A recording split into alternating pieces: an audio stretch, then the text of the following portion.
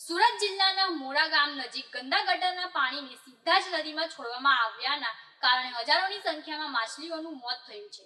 આ ઘટનાને પર્યાવરણ પર આવા પ્રદૂષણના ગંભીર પરિણામોની ચેતવણી આપી છે। સ્થાનિક રહેવાસીઓ અને પર્યાવરણ પ્રેમીઓએ જણાવ્યું હતું કે અનટ્રીટેડ સિવિયર વોટર સીધું જ નદીમાં છોડવામાં આવ્યું, જેના કારણે પાણીમાં ઓક્સિજનનું પ્રમાણ ઘટી ગયું અને જલચર જીવોનો વિનાશ થયો। મૃત માછલીઓ નદી કિનારે તરતી જોવા મળી રહી છે। આ ઘટનાથી સ્પષ્ટ થાય છે કે અનધિકૃત રીતે ગંદા પાણીનો નિકાલ માટેની યોજનાઓ અને તેના અમલીકરણ પર તાત્કાલિક ધ્યાન આપવાની જરૂર છે।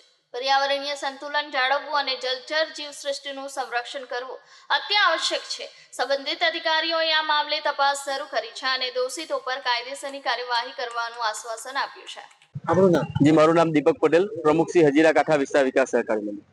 શું રજૂઆત આજે સાહેબ, અમે ખાસ કરીને પીઆઈ ગોહિલ સાહેબ ઈચ્છાપર જે છે એમની વિરુદ્ધમાં અમે આવેદનપત્ર આપી એમની સામે કડકમાં કડક પગલાં ભરવા માટે આવ્યા છે। કારણ કે તારીખ 21/11/2025 રોજ પીઆઈ ગોહિલ સાહેબ દ્વારા ગેરકાયદેસર રીતે અમારા ડામકા ગામમાં જે મોરા ગામનું ગટરનું પાણી છોડવામાં આવી રહ્યું છે એને અમે બંધ કર્યું હતું।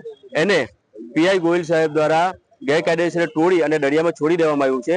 એના કારણે લાખો માછલા મળી ગયા છે અને દરિયાઈ જીવસૃષ્ટિ પર સંકટ ઉભું થયું છે। સાથે સાથે હજીરા કાંઠા વિસ્તારના ગામ લોકોના આરોગ્ય પર પણ ગંભીર પ્રશ્ન ઉભો થયો છે, જેના કારણે અમે ચિંતામાં છીએ અને અમે આ પીઆઈ ગોહિલ સાહેબ સામે કડકમાં કડક પગલાં ભરવામાં આવે એ બાબતે અમે આજે આવેદનપત્ર આપવા આવ્યા છીએ।